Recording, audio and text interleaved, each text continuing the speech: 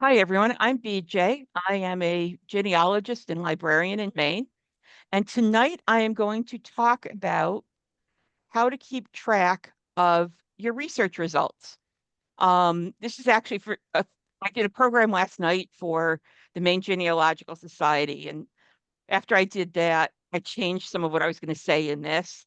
They sort of play off each other because some of how you decide to keep track of your research may impact how you're organizing your data, what gaps you see, and so on. So these are kind of like interrelated. Um, but tonight, what I'm going to do, I keep track of data in all sorts of different ways. Um, I am not going to ever say to anybody, this is the only way you should track your data because there's nothing one size fits all. Um, I tend to be old fashioned, and unlike some of the online prees, I record people by their last name at birth or their full name at birth, and that's the name I use through tracking them.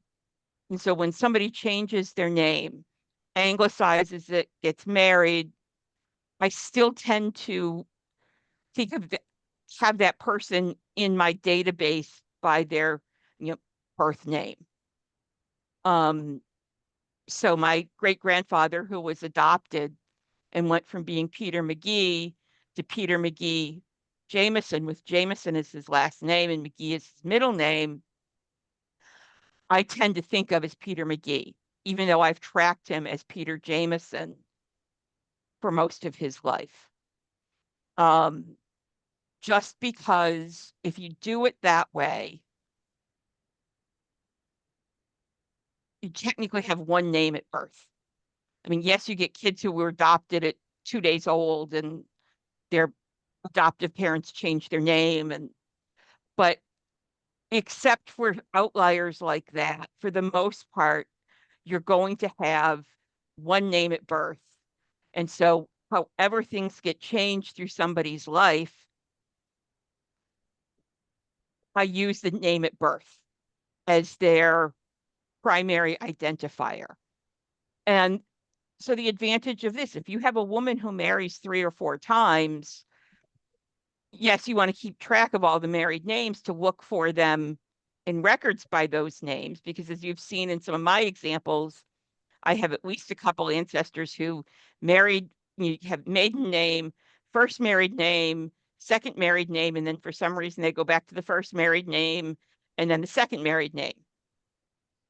We won't shame Harriet Waterman at this point about that, but you understand that that's one of the biggest challenges. It's interesting at WikiTree where they're trying to have community standards that are consistent. This question comes up frequently about, you know, what are the naming conventions in this culture at this time so that we're consistent. But I would encourage you on how you keep track of people that you choose a standard and stick with it, because otherwise you're going to have some women by their married name, some by their maiden name, some by first married, so it's just, I would lean in the direction of saying keep track of people by their birth name, because you can always put the, I usually end up with a folder for each or a clipboard for each couple. And so I can put the woman records of the woman after her marriage in that, with a note that before that she's in her parents folder. And same thing with men, when they're the child in a census entry, their document, that document is in their parents folder. Um, so that's something, you have to make choices like that on how you're going to record things. I know people that um, have folders where it just every document for every that person in their whole life is there. And so they make multiple copies of, say, census records where you have parents and a child. They make 3 copies, one for each mother, father, child. Um, I've tended to not do that. I've tended to put them with the married couple.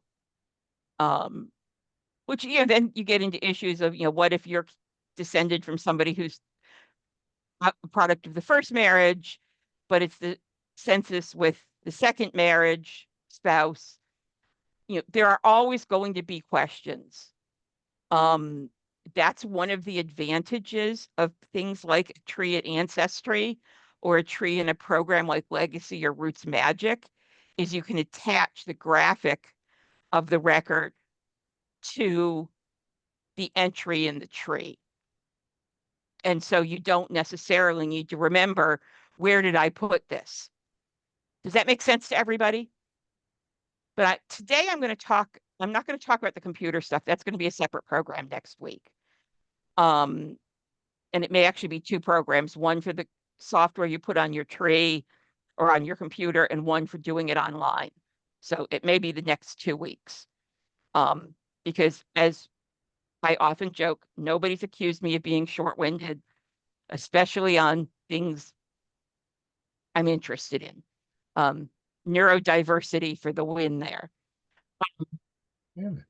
These people I'm can't talk. sure that all of you have seen um, both pedigree charts or family trees and family group sheets. I'm going to share a couple. Let me find them. So there's really all sorts of ways you can do things. So let me share my screen. And this is a photograph or scan of, let me make this bigger so you guys can see it.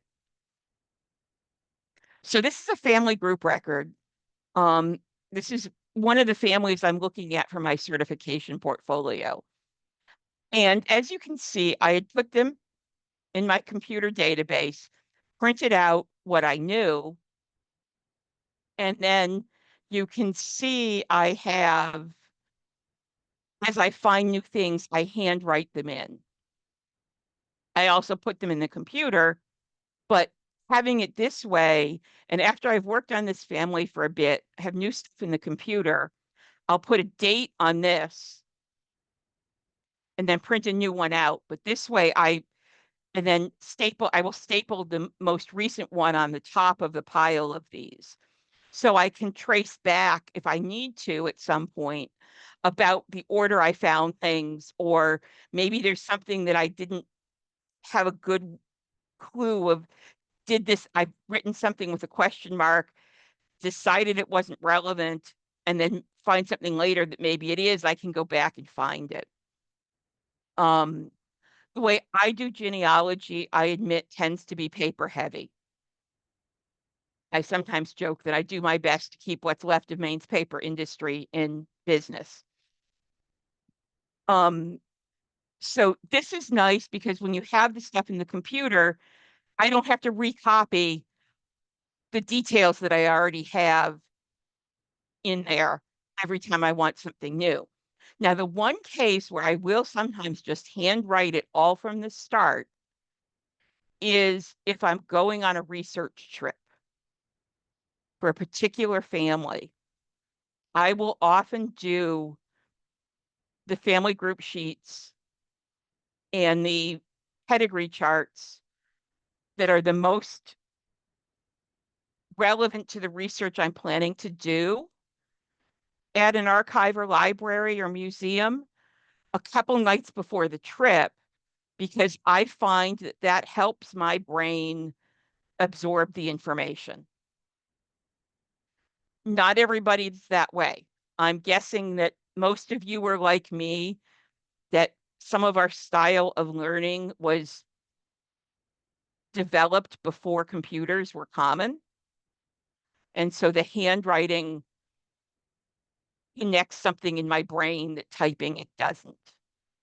So that's one reason I do um, handwritten stuff, is I'm more likely to remember it, and I'm more likely to see connections as I'm writing stuff down, because I will have written this address. And even if I don't remember the exact address, maybe I see another document, in 1927, and I go, wait a minute, St. Clair Avenue. I remember that, and I go back and find it in a way that if I just typed it, it wouldn't stick in my longer term memory. And so on a lot of this, what you really have to do is figure out what works for you. And as I said, I'm not going to say this is the only way to do things. I just want you to see the variety of ways I've found that work for different types of information. So that's that one. Let me pull up.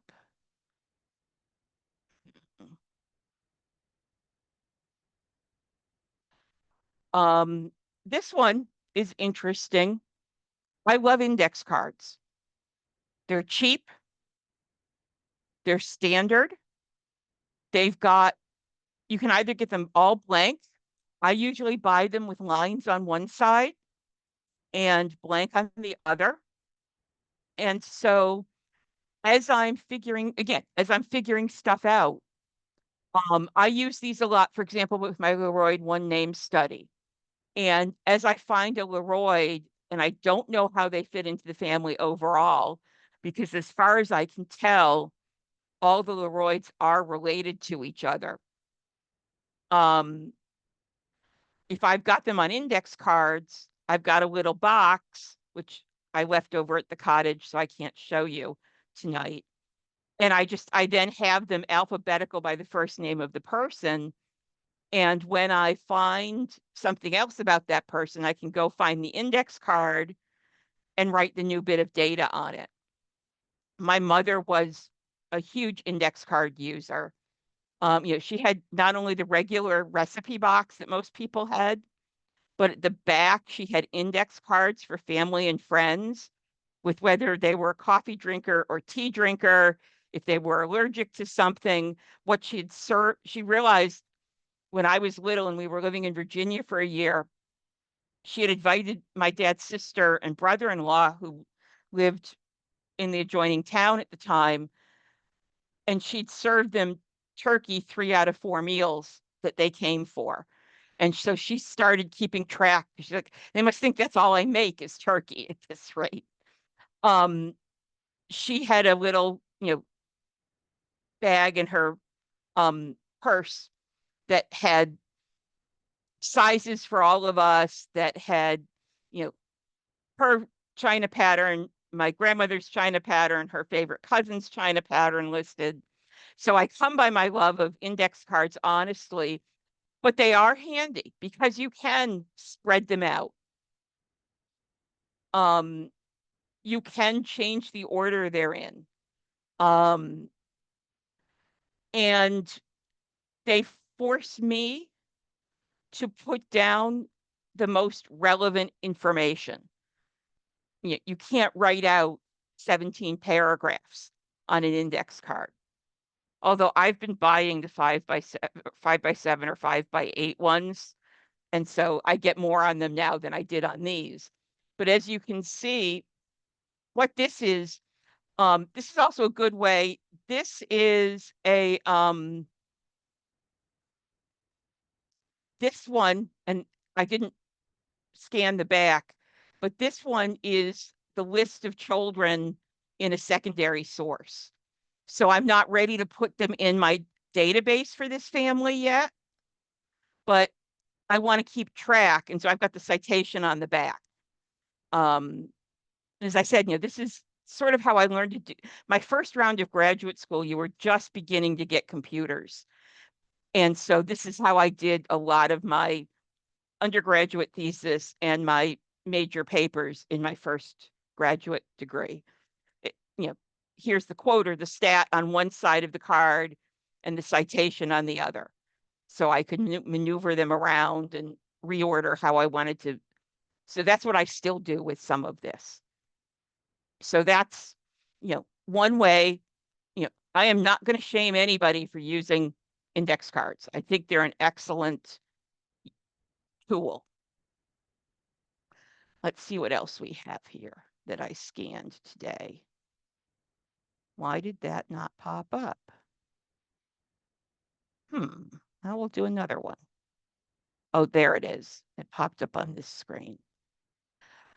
Actually, I don't want to do that one next because I want to do, is it this one? Nope. I didn't put these, well, anyhow, let's go back to this one. Oops.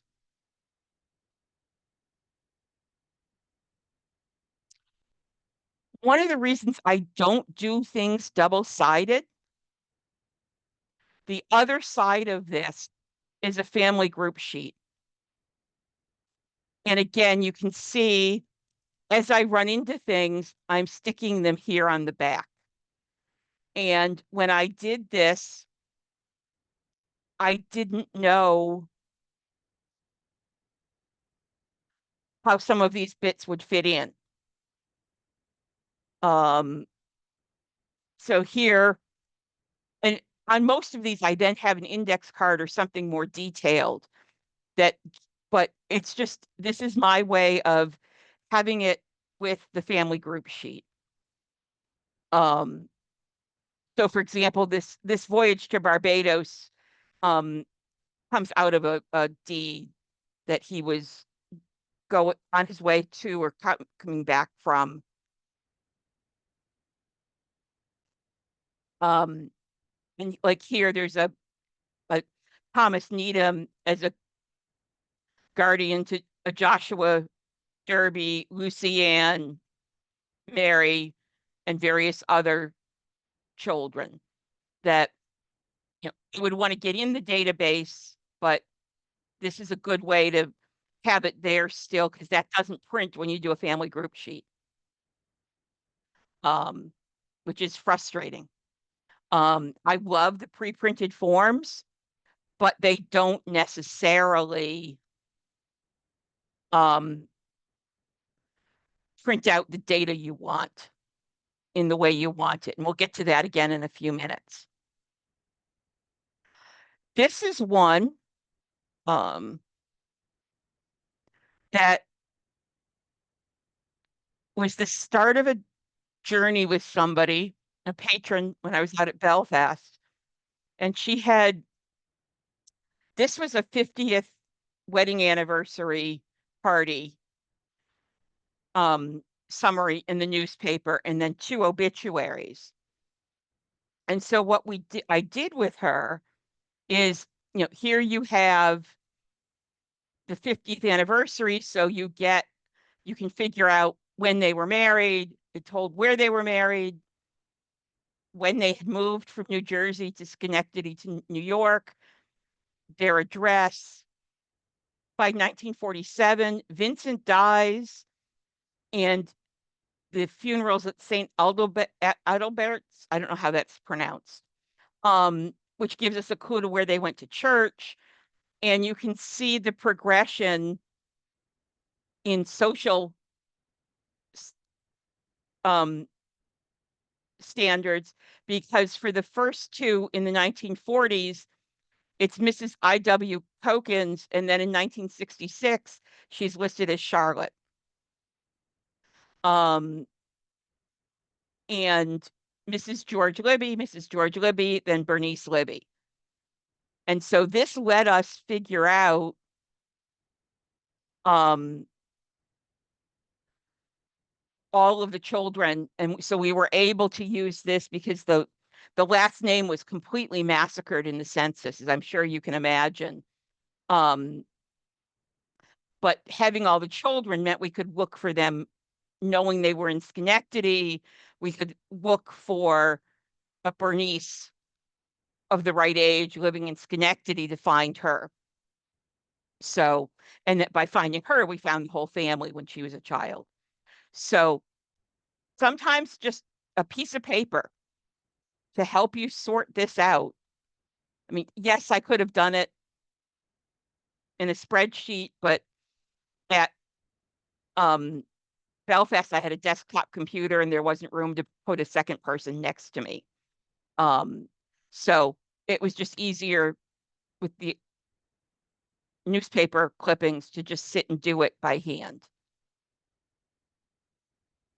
And then finally, this is another one. And you can see sometimes you just scribble down what you've got.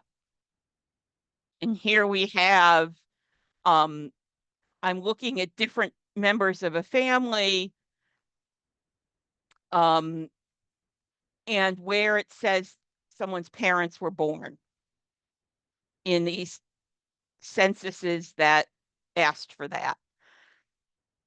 And particularly for places like Germany and Italy, this can be very handy because you do get Prussia versus Bavaria or whatever, or you get that they're born in Germany but speak Russian, or born in Russia and speak German as their native language. And so sometimes you can use the changes in this to pinpoint where they must have been from. Um, so yeah, I do sometimes, not sometimes, frequently find handwritten stuff, especially when I'm working with somebody else or I'm on a research trip and I don't want to take the time to do data entry to get it the right way. I'll scribble things and then either that night at a hotel or if I'm staying with friends and I don't want to spend the time doing it when I get home. So we go with that. So now I'm going to go into the PowerPoint and show you some other ways I've been, I keep track of research.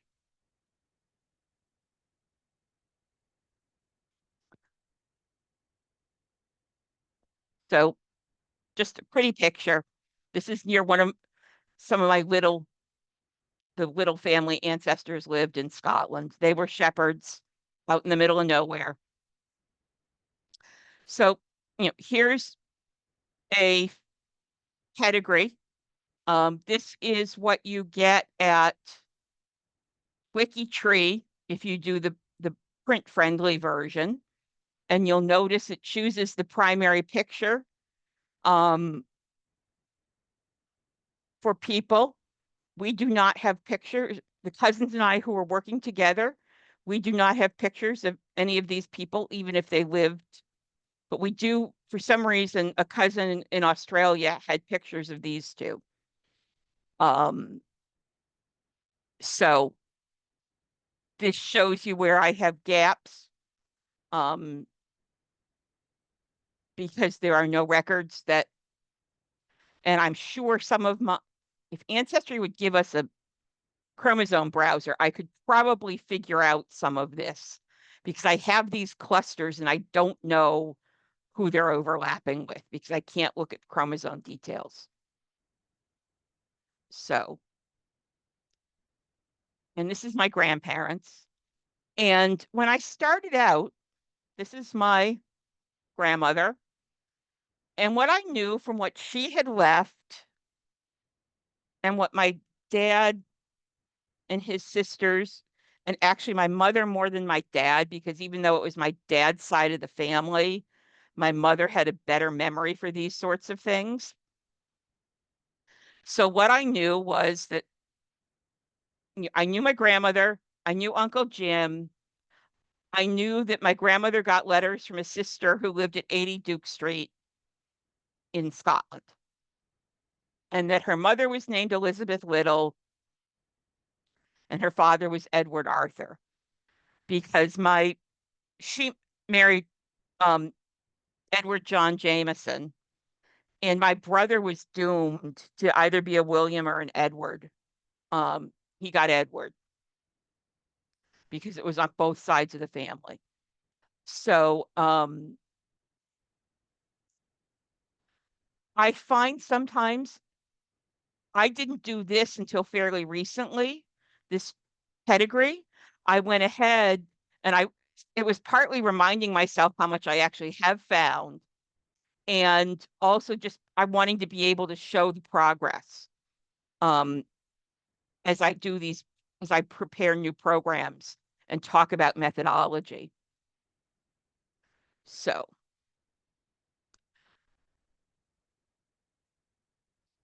sorry, I must have that. I thought I'd taken one of those out. Um, that's just a pretty picture from Scotland. And, the Little family, William Little's born down here. His wife, Margaret Gregg, is born here. They meet here, get married, and have a couple kids up here, and then move back down here. Um, I do find sometimes just printing out a map of the area and putting these stars in to remind myself that I do need to check other than just this parish where he was born and died, because he lived up here for a decade. This is from years and years ago, back when Scotland's people did not exist. And the way that you got Scottish vital records is you paid an arm and a leg to the General Register office, or you paid a foot and a hand instead of an arm and a leg for a researcher in Scotland that you got put in touch with um, through various channels to go look at the records that were not digitized and then email you. And at the time, you should see this in person. These letters are like a millimeter and a half tall, because the computer and printer we had at the time, that was the only size that would print emails. So I have a couple dozen early papers like this where, I almost need a magnifying glass. But I've kept, yeah, I print out emails that have things that are going into my database as the way I would print out a certificate now, so that I have, this is how I found this information. I didn't see this myself at this point. Somebody else transcribed it for me. Does that make sense? Why I print, as I said, I'm paper heavy. So as we can see, Elizabeth Little has no father mentioned on her birth record. This is where she was born. It's in the middle of nowhere in southern Scotland. Her grandfather's a shepherd. Her mother's working as a domestic servant. Her grandmother died that same year here at this address. Um, but yeah, it's the middle of nowhere. Um, so again, here we have her getting married, no father's name.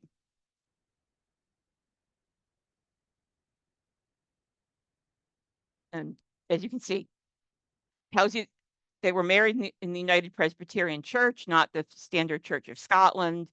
Um, I haven't been able to figure out who these people are in relation, which is frustrating.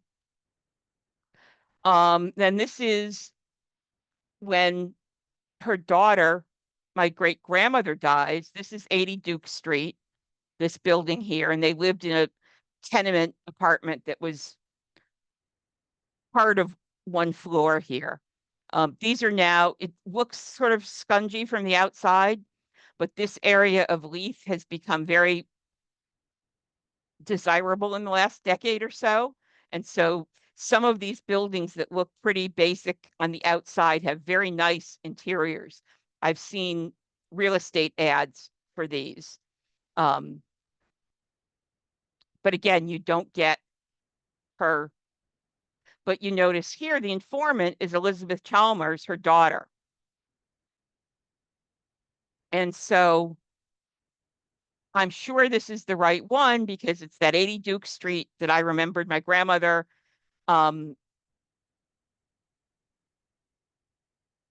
and then, here's again looking this is the woman who had 4 children without marrying, one of whom was my great grandmother. William Little was the only son, gives her parents' names.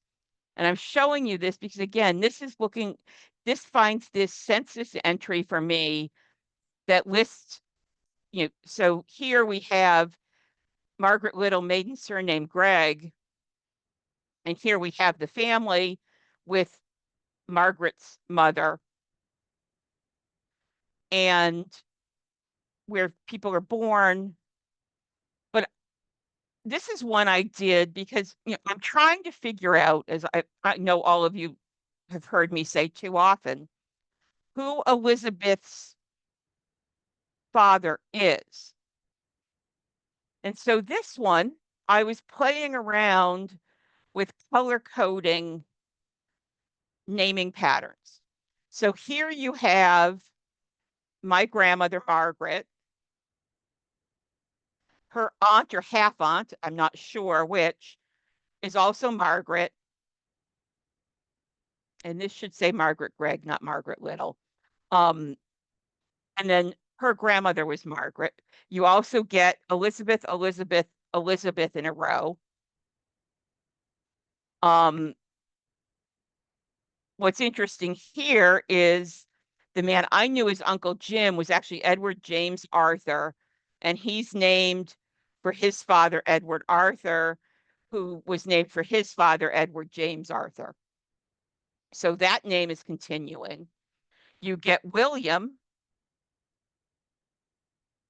with the granddaughter, great granddaughter Wilhelmina, because there's only, you know, you have Uncle Jim, and then next kid, and then my father was named Charles after his great grandmother Charlotte. So you get that. But not finding anything here that helps with figuring out who, Elizabeth didn't like know her father's name and use it here, unless it's Edward James or William. Um, but this is a way of saving information, and by color coding it, it's pretty quick to go and look and say, wow, they really did name people after relatives. The other thing I noticed with this, when I was putting this together, I don't know, a year ago, um, look how young this Elizabeth is when she has this Elizabeth. She is 17. Um, and then at 20, she has Margaret. So a 3-year gap, then a 9-year gap until William, and then another 9-year gap until Marion, which is the sort of thing you pick out when you do. You, I had not noticed, this had just not sunk in, but I did this in a timeline to see, and it was with doing those that it sunk in that, I'm wondering, I don't know how many fathers these 4 children had. I'm leaning towards Elizabeth and Margaret possibly being full sisters, with William and Marion half siblings to the two of them. I can't prove it, but just looking at the dates and knowing how little effective birth control there was at that time, that the 9-year gap, it's not impossible, but I could see that it being 3 fathers, one for the oldest 2, and then different ones for the younger 2. As I said, I also did a timeline, which is not that easy for you to read. I'm sorry, but again, it just brought home, how young she was when she had her first daughter, picking out that they were in and out of nonconformist churches, which may be why I'm not finding some records for them, because I don't find them in the Church of Scotland. It's one of those, it looks like if they went to church, they went to the conservative breakoff church, but they didn't always go. It wasn't that they were back and forth between the established church and the breakoff church. It was, we're not going to bother to go anywhere versus if we go somewhere. Um, because I was wondering about that in terms of finding records. By the way, this is where Elizabeth with the four kids died, in this cottage. I was lucky. I went to look at it, and the people who owned it at the time were out in the yard, and I asked them if they knew anything of the history, and they had these pictures, and we think this may be William Little standing out in front of the cottage. And again, I this is a modern map, but I clipped apart, and here's Schenken Shield, where Elizabeth was born, and her mother died in 1864. Um, 3 years earlier, they'd been living at Stannishope, just over this hill. Then by 1867, they're just over the border into England, and they're there still in 1871. But by 1876, they're actually up off the top left corner of this, where um, William, the only boy of the four, was born. So this is a way, they didn't move that far. But sometimes I've done this and it looks like they've moved far, but the parishes have little arms that reach out, or like you see East Wearmouth and Carham, Northumberland, and it sounds like they've moved a long way, and it's like 5 miles. Um, and then they're back. So that's one of the ways it both gives me information and organizes it and helps me know what I already have. Um, the parents, William Little and Margaret Gregg, this is actually a map from that estate where they were servants. He was an agricultural laborer. She was an inside domestic servant. This is from the estate that owned the land and the estate papers. These are not digitized. You have to go to Scotland for these. Some of them may have um, come in. I'm not certain. May have been digitized in the last 10 years. Um, but again, it's nice to have that with the modern map showing this is the road you want to go on. If you want to see the farm, here's this is the um, major road up the east side of northern Scotland, and here's that farm out here. And here's a picture of the modern farm. And it's in the middle of nowhere.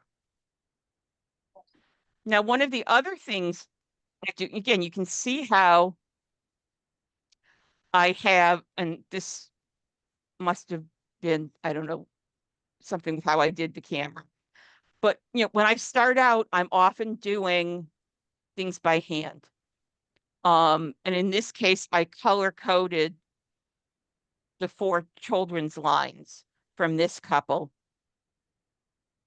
um, as a way of distinguishing.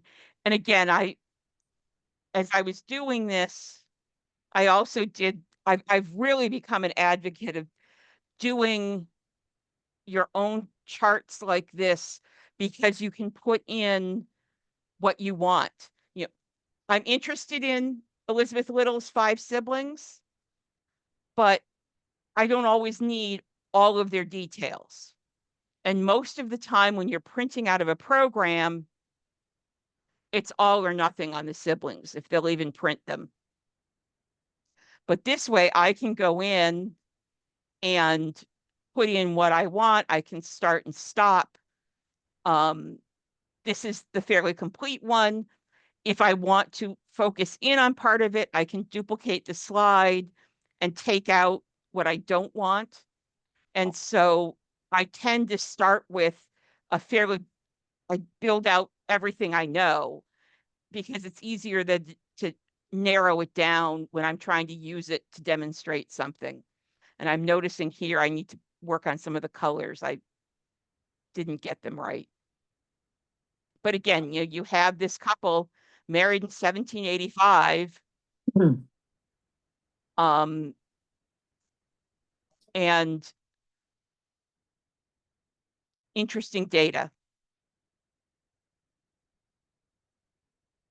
And again, see here, I've taken this detailed chart and I wanted this for one of the programs I did. And so that way I could just chop off what I didn't need. And then this is the current version of my DNA matches. And I've now got 5 children. I only had 4 when I started here. And I've added, I think it's Janet, one of them. All 5 of these children were born to the William Miller who married Helen Douglas in 1785. All of these 5 children of theirs lived until at least 1855 when civil registration started in Scotland. And so I have death records that list these 2 as their parents. And I can say, this is a cluster of, I've got 33 people, well, 32 and me, where I have put together a paper trail back to one of these 5 children. So, and these are the number of generations between this person and the DNA match. I'm rather proud of this. I know I've shown this to you before, but I'm rather proud that I managed to do this at Ancestry, even without a chromosome browser. Same thing here. It's when this is a case where you took this out of a book, started trying to fit the records I could find into this as it was laid out in the book, and they didn't fit. And so I've ended up with this, with the older Zadok being a dead end, dying without children, and a proposed theoretical brother actually being the father of the Zadok I'm interested in. But again, it was taking the what was in the book, trying to put it in this format for a program I was doing, and then realizing that as I wanted to start showing the vital record, the church records and the tax records and such that went with it, that they weren't fitting what the person at the book had proposed as a family tree.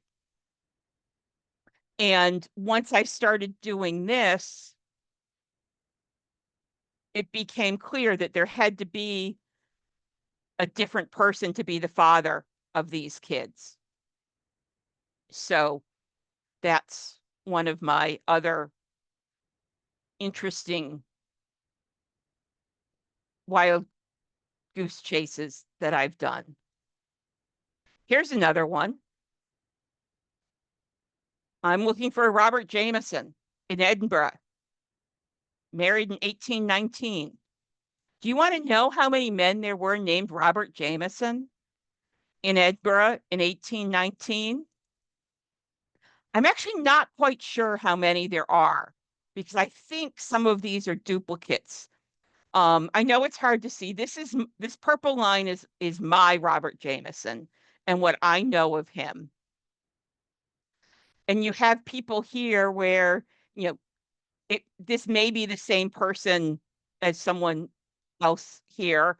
There are some who were in little villages around Edinburgh that are now part of the city and could still be relevant to this, that are on a separate, you can't really, down here at the bottom, I've got, all sorts of other things I'm tracking as well. This spreadsheet is a monster, but someday I'm going to figure out which one of these was my Robert Jameson and maybe where he came from. So spreadsheets are really handy.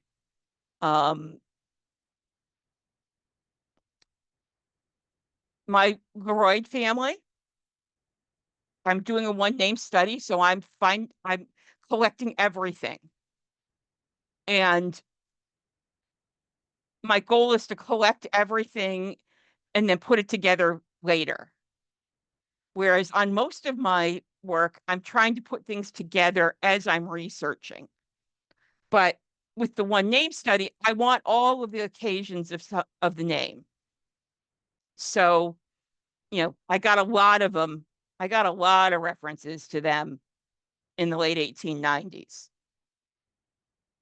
because you can just imagine what this did to my search results at newspapers.com. And then here's a case where timeline has made me question some of what my mother thought she knew about her family. That's my mother with her father. And my grandparents had a rather acrimonious divorce. And it gets really interesting because I did the timeline and it gets a little weird because you have April 1940. My grandfather supposedly with my grandmother and mother. His wife number 2 is actually living up here in Maine with her family. But by the end of May, they're supposedly married in Rhode Island. The next year, my grandfather and wife number 2 have a son. That newspaper article about the divorce is at the end of 1941. And then in the 1942 city directory, so they were probably gathering the information in 1941, he's listed living with my grandmother in the city directory. But then his World War II draft registration card dated February 1942 has him at his dad's address with later addresses in Connecticut and North Carolina. So I need to do a little more poking around in Massachusetts records on this. It'll be interesting to see what I actually find there. And I think there was some hanky-panky going on. But it wouldn't surprise me. It doesn't surprise me then that when wife number 2 writes the obituary when my grandfather dies in the 1950s, no mention of my mother. So, and then one of my favorite ancestors, Harriet Waterman. This one I actually did in Word because I knew I wouldn't be doing sorting. And Word gives you some flexibility that you don't have in Excel for formatting certain things. And so if sorting things automatically isn't an issue, because I was just adding things in by date and I was just do add a row. Doing a table in Word can actually be a good way to put data together. And this is one where I have 2 set of what I call lost years.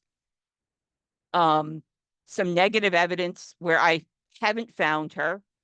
Her address when she dies in 1902 is 1 Henley in Everett, Massachusetts. She is not at that address in 1900. So, I see her in the 1884 directory in Salem, listed as the widow of husband number one. Not in the Salem directory in 1888, haven't found her in 1900. And then in 1902, she dies in Everett, Massachusetts, at the house of her cousin. And her name on the death record is husband number two's. So who knows where she was? Oops. I put this in twice. We're going to skip this. So that's the PowerPoint. Let me close that off.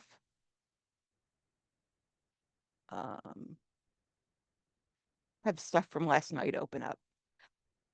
Very quickly, this is, if you don't do the print option at WikiTree, this is the pedigree chart you get just on screen. It does not print well, but it looks nice. And one of the things I'll talk about, this is the live website, and one advantage to doing computer-based ones is if I want to go from Edward James Arthur, if I can just go to mine and pick out whichever one of these people I want to go to.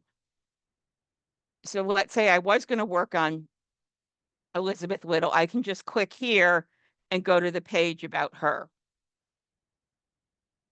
So that's a handy, sort of a coming attraction for next week, is looking at that and looking at programs that are on your computer and will generate pedigree charts like this.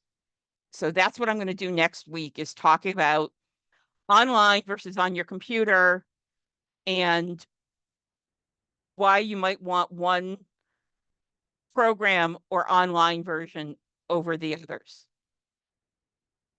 So let me stop sharing my screen and turn my camera back on. So any questions at this point?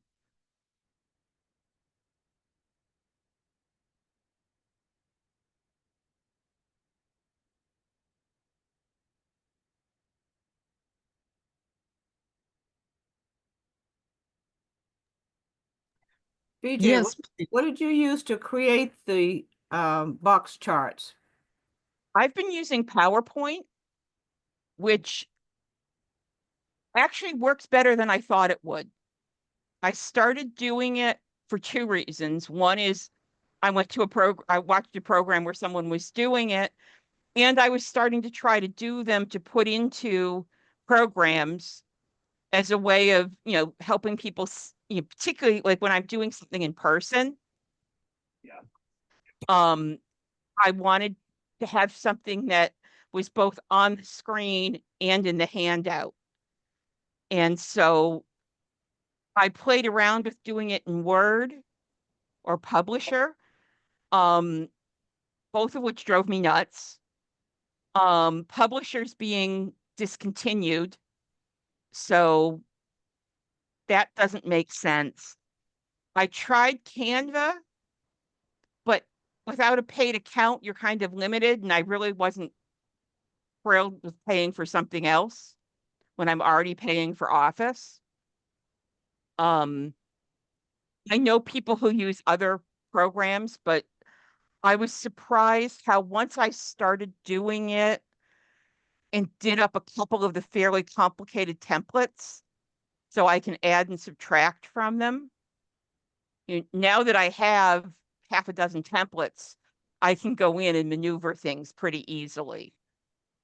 But one of the downsides of the computer programs that spit stuff out for you is they have limited choices about who they put in a chart. And often I do want to just show a direct line or two siblings out of seven because I'm descended from both of them. Does that make sense as a way to do it?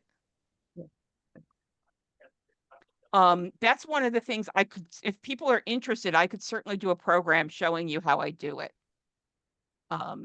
Just let me know. Because the other advantage to doing it yourself,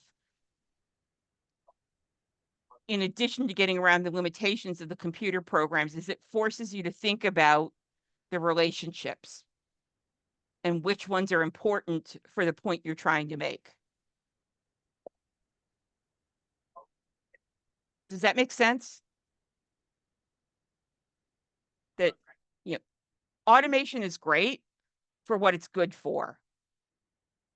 It's not necessarily good for generating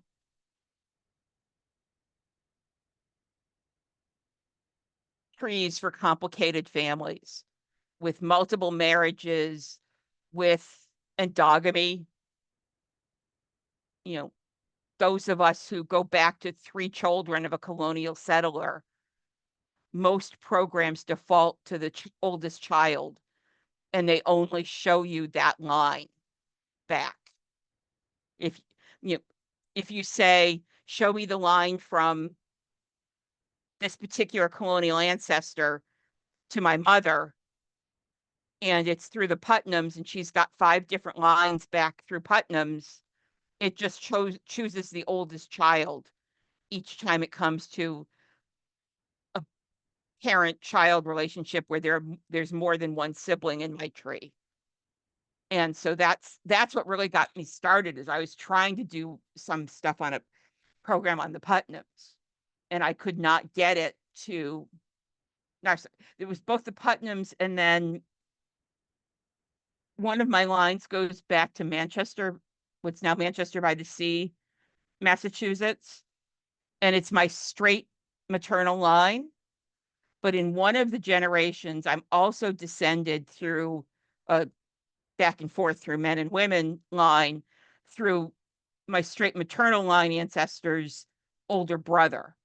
And I could not get it to go through my straight maternal line. I had to construct it myself. But it wouldn't let me, the program doesn't let you choose when you have a descent from 2 siblings. It defaults to the older sibling because it assumes that you don't have first, second, third, fourth cousins marrying. And so for me, that's part of why I've been going with doing them myself, is it lets me choose. I have cases back in Plymouth in the 1640s where I'm descended from 4 children of somebody. And they don't remerge until like my great grandparents. So you've got like 8 generations before it curls in on itself again. But sometimes I want to be able to show that. And the programs tend to not let you do that. So any other questions?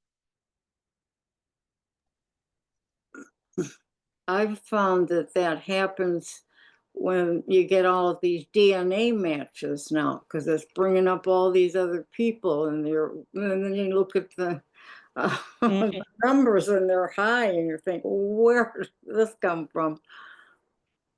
Yeah. And some of this is wanting to show in a couple cases where I have a DNA match where, it's another one of these late 1700s, early 1800s, where it's like second cousins marrying. And so it throws the data. It's just recent enough that it throws things from being what should be like a 9 centimorgan match into a 21 centimorgan match. And the standard pedigree charts don't deal with that well. Yeah. I have a friend who says I'm my own cousin. I have found 53 couples married after 1600 or later, 53 couples, and then 3 additional men through multiple marriages where I'm descended from 2 or more of their children. Mm. Just on my mother's side. There's none of this on my dad's side. They were too spread out. You know, those shepherds out in the middle of nowhere, surprisingly married, you know, the children of shepherds from a different middle of the nowhere. But you know, my mother's family in Massachusetts, in the 1600s to late 17, actually early 1800s, did do a lot of marrying second and third cousins. So, but yeah, you can tell one reason I did this is I've been thinking a lot about how we present data to ourselves and to other people recently. As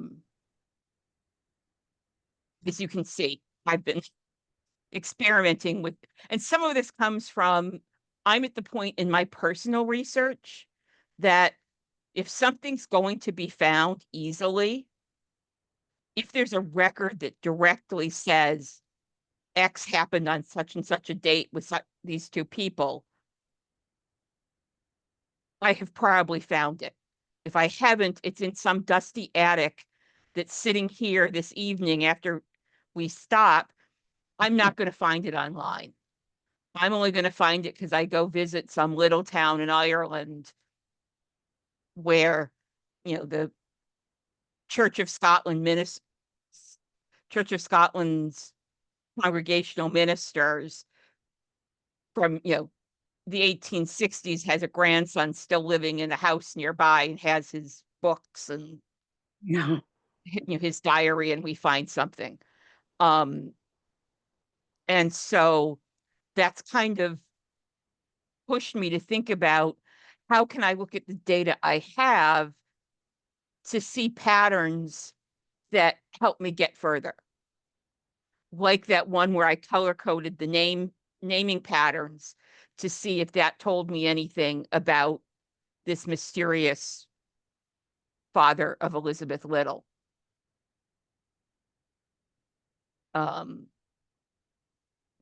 Which I can now use if I'm talking about naming patterns in Scotland. I can throw that in you know, we're talking about naming patterns in genealogy.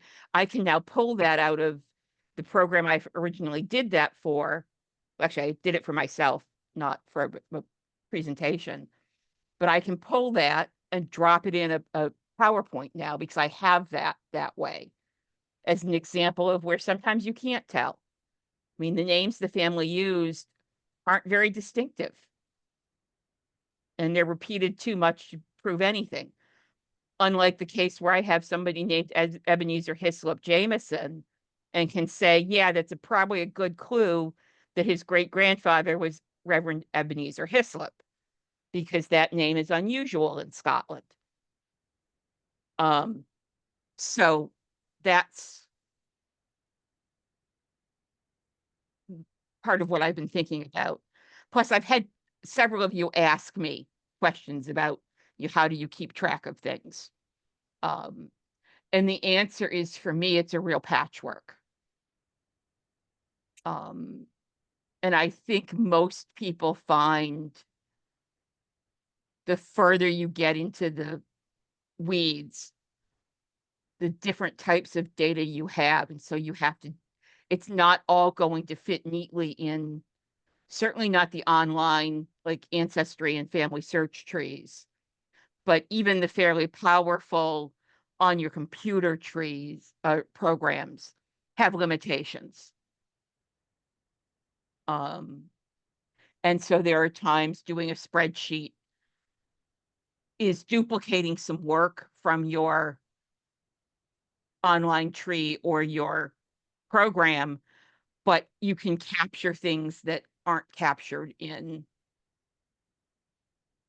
the program.